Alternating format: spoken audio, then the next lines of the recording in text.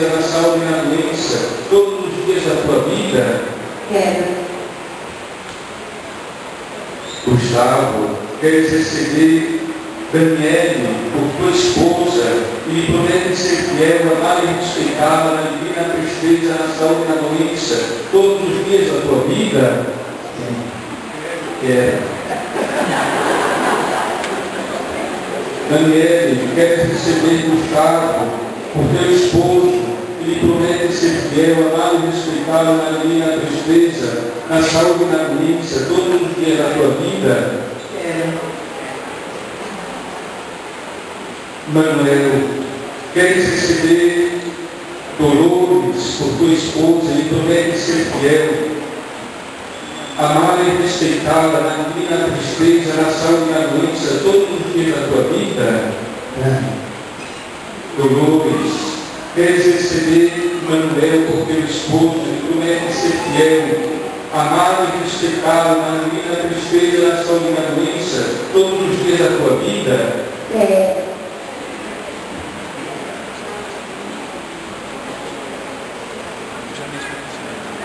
Jefferson, queres receber Francineide por tua esposa e prometes ser fiel, amar e respeitá-la na divina tristeza, na saúde e na doença, todos os dias da tua vida?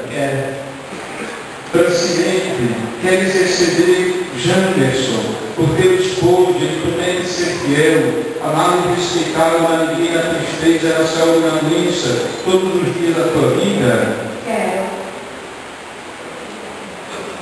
Deus confirme esse compromisso e manifestar-se perante a igreja e derrame sobre vós as suas bênçãos. Ninguém separe o que Deus uniu.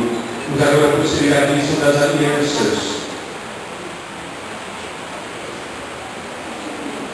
Pode ficar na mão do noivo, eventualmente, as alianças.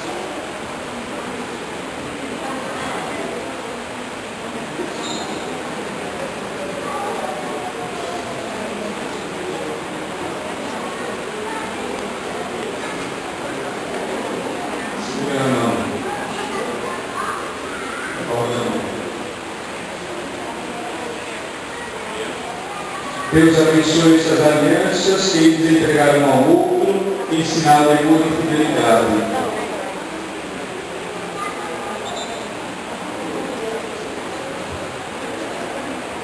Agora, cada um vai colocar a aliança na mão esquerda, essa série, e tem umas coisas para dizer também na hora, viu? Vem para cá.